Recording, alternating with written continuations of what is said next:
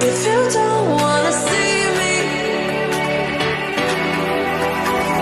did a full 180, crazy, thinking about the way.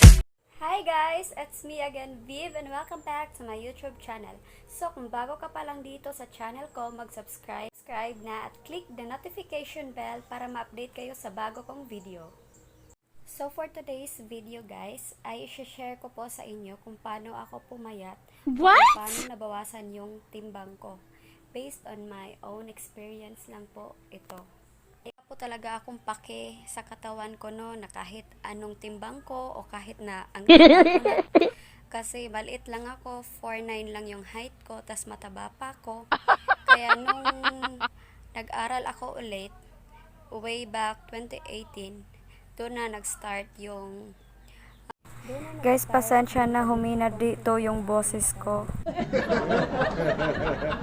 Dance nung ka-classmate ko, everyday kaming nagpa-practice. Yun, bumaba yung timbang ko ng 54 kilograms, pero hindi pa rin sapat. Kaya yung ituturo ko sa inyo kung paano nabawasan nun. Papakita ko po sa inyo dito sa video ko yung mga pictures ko nung una, nung mataba pa ko, at ipapakita ko rin yung pictures ko ngayon. So guys, ito yung pictures ko nung 2016.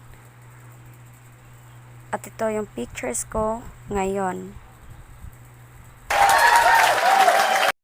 Noong 2016, yung timbang ko is 60 kilograms. Nung nag-aaral ako ulit, yung timbang ko is 54 kilograms. Nagsasayaw pa ako noon. Pero ngayon, nung in-apply ko itong method na to, naging 47 kilograms na ako.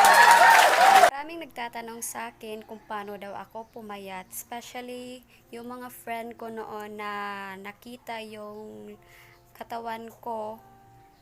Kaya nagtataka sila bakit daw ako pumayat ng ganito. Kaya guys, eto na yung sagot. Ang ginawa ko lang guys is bumili ako ng lemon at saka luya. Ang gagawin mo sa lemon is slice mo lang siya.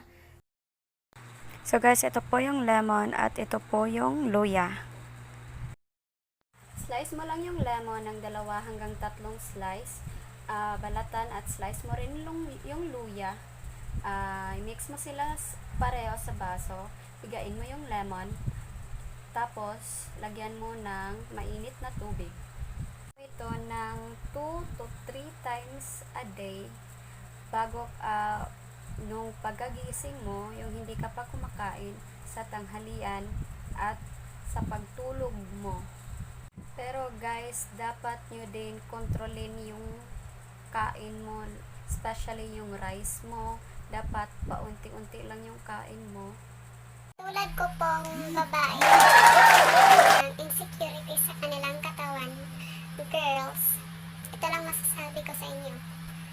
Dapat mahalin natin yung sarili natin. Kasi walang tao sa mundo na perfecto. Lahat tayo hindi perfecto. So that's it for today's video guys. Bye! See you on my next video!